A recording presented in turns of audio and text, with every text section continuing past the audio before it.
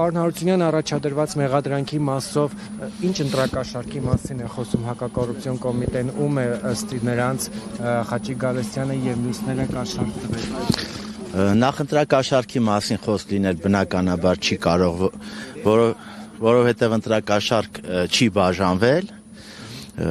Ինչի են դա անում, այսօր տրամաբանական հարցը, որ հանրության մոտ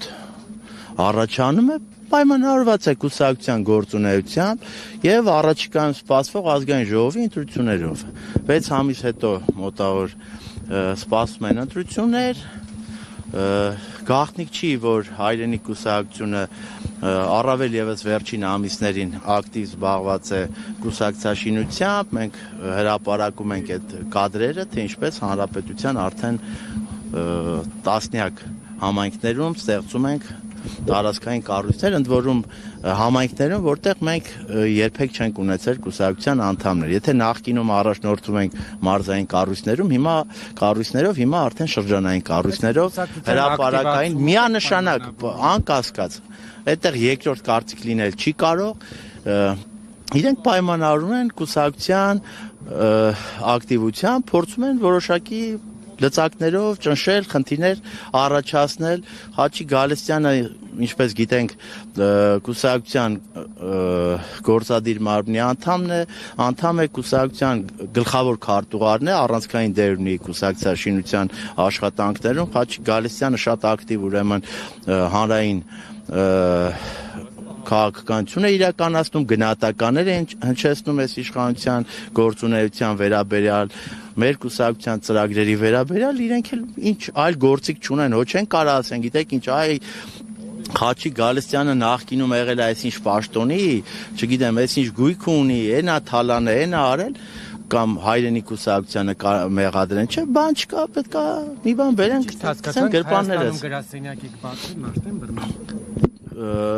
Ճիշտ հասկանանք, երբ որ կուսակցությունը ընդլայնվում է, կուսակցությունը ուժեղանում է, իսկ առջևում ընտրություններ են, ամեն բան անում են, որպեսզի խոչընդոտեն մեր քաղաքական գործունեությանը։ Սա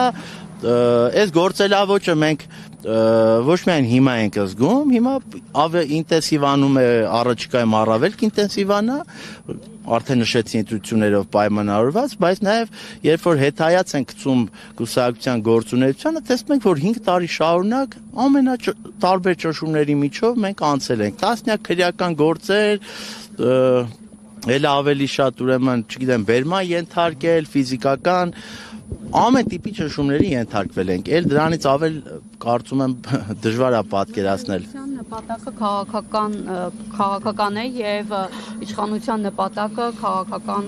ընդդիմախոսներին, հակառակորդներին պայքարից դուրս հանելն է եւ այս նախընտրական փուլը։ Տեսեք, այս իշխանությունը ժամանակի ընթացքում ինչքան սկսեց կորցնել իր